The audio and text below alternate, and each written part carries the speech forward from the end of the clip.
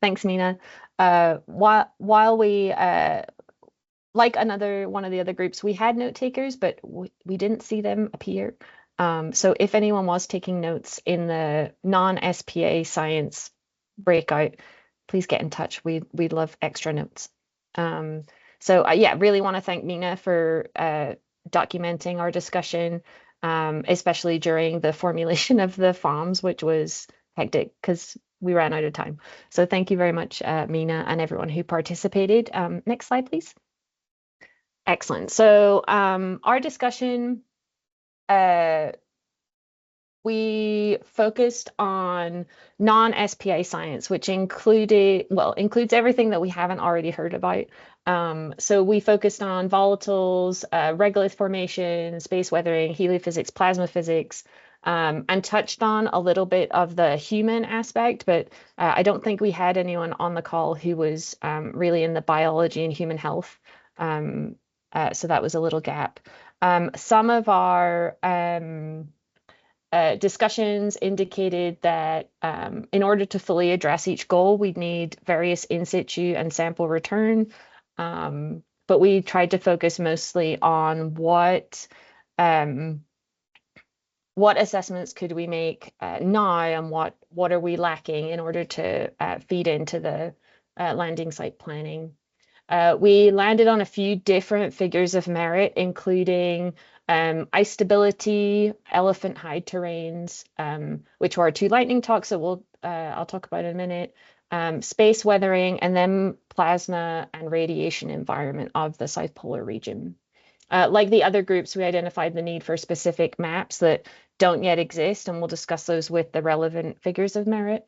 And I want to second Amy's suggestion about having a consortium mapping effort, because I think that would help to fill a lot of the gaps that you've heard from in the previous breakout report session or talks, and then the one we're going to talk about now. So some of the discussion details focused on understanding the plasma and radio environment, like I had previously mentioned. Maybe we'll come back to that at the end, since that's one of the figures of merit we didn't quite get round to finishing off. There were some astrobiology or astrobiology / human health components or biology components that we thought could wrap into our discussion of ices or ice stability. And we had lots of, just nipping to the bottom there, we had lots of interest and discussion in the geotechnical properties of the regolith and how that would manifest in addressing science goals and our metrics. So in particular, limited understanding of the spatial and depth variation of geotechnical properties of the regolith at the South Polar region, a lack of understanding of the variation across the surface, in different terrains, and then understanding geotechnical properties after mixing with ices, or the how intimately mixed is ice and dust at the South Polar region. So next slide, please, Mina. So our first lightning talk was by Norbert Schorhofer, and his figure of merit talk was focused on ice stability considerations for landing sites. And so we discussed the difference between, ideally you would want to go to a very cold, old being, about 1.8, oh, thank you. You've got the notes, so I don't have to memorize it. About 2 billion years old, would be things like PSRs. But then we also discussed, because Artemis 4 is going to have crew and there may be challenges to getting inside a PSR and taking in situ measurements, that other regions of ice stability might be more accessible and optimal for such a mission as Artemis 4, including we talked about subsurface ice, cold deposits, and buried ice, with buried ice suffering potentially from sublimation and loss, whereas potentially subsurface cold trapping might keep ice at a more stable more stable. And so this could be tapped with in situ probes, a borehole probes going into the regolith, etc. So I think I covered, oh, and then some of the findings or takeaways from this were the temperature is very important for ice stability, of course. And so closer to the pole is better. And then our previous paper in 2020 from Norbert and his group discussed mapping out ice stability poleward of 80 degrees south. And so that'll become important. And yeah, higher resolution data based on, and so that was at 240 meters per pixel, and higher data resolution is needed along with higher resolution thermal modeling to improve that spatial resolution. So 240 meters of pixels, pretty big when you're considering a landing site and astronaut traverses. And so something that could be developed are higher resolution maps, but that requires a lot of computing power to do the thermal modeling. Next, please.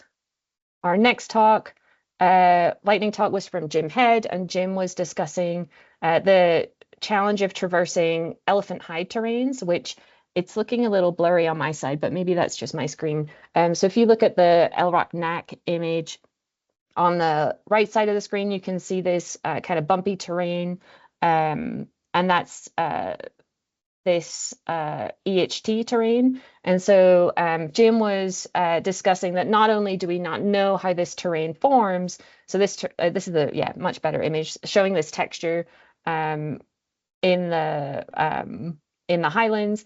We don't really understand how it formed. They're kind of slopes with on slopes. Slopes on slopes. So here we're dealing with slopes, as you can see from figure 2. These elephant hide terrains are present on slopes greater than 3 degrees and up to above 20 degrees.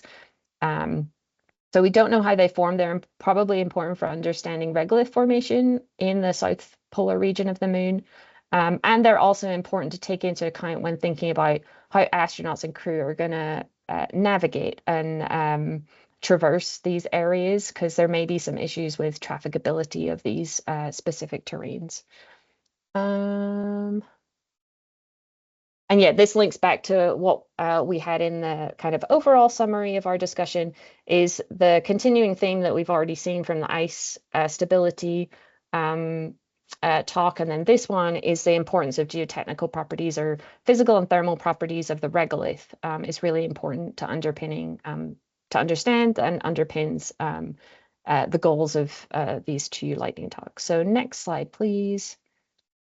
We had we had lots of participants. This is just a snapshot.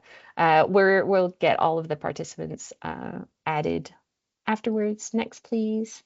We had a lot of great chat across different science domains, so that was fun. Firstly, want to talk about the ice stability. So the way we went around discussing and kind of coming up with our figures of merit was to start with the science goal. And so maybe this could be broken up into separate figures of merit that have an individual metric. But for now, we have them all on one. So this one is specific to assessing the presence and quantity, distribution, and structure of ice in the South Polar region. In particular, based on the lightning talk, we have different areas in which ice is going to be stable. And so assessing the difference between microcold traps, buried ice, and PSRs. I've already talked about the ice to dust fraction. One thing that came up is the importance, as we go back to the moon and to the South Polar regions, and we're thinking about volatiles, is not only thinking about water ice, but also about potential for organic sequestration, and how that could be linked into our understanding of volatile delivery and trapping on the lunar surface. And so integral to understanding ice stability is knowing temperature. So that would probably be our top metric for this, and looking at subsurface temperatures less than 110 Kelvin.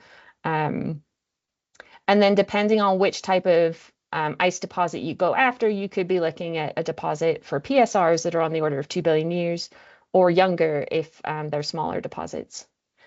For assessment, we thought about how would one determine which areas to go to, or what would you need to be looking at map-wise for assessing if a certain landing area or candidate region would have buried ice or an ice deposit. And so we were thinking of number one, looking at the maps that are already available that are coarse, but then also, as I mentioned before, generating the higher resolution maps with which requires a lot of thermal modeling and is not yet currently available.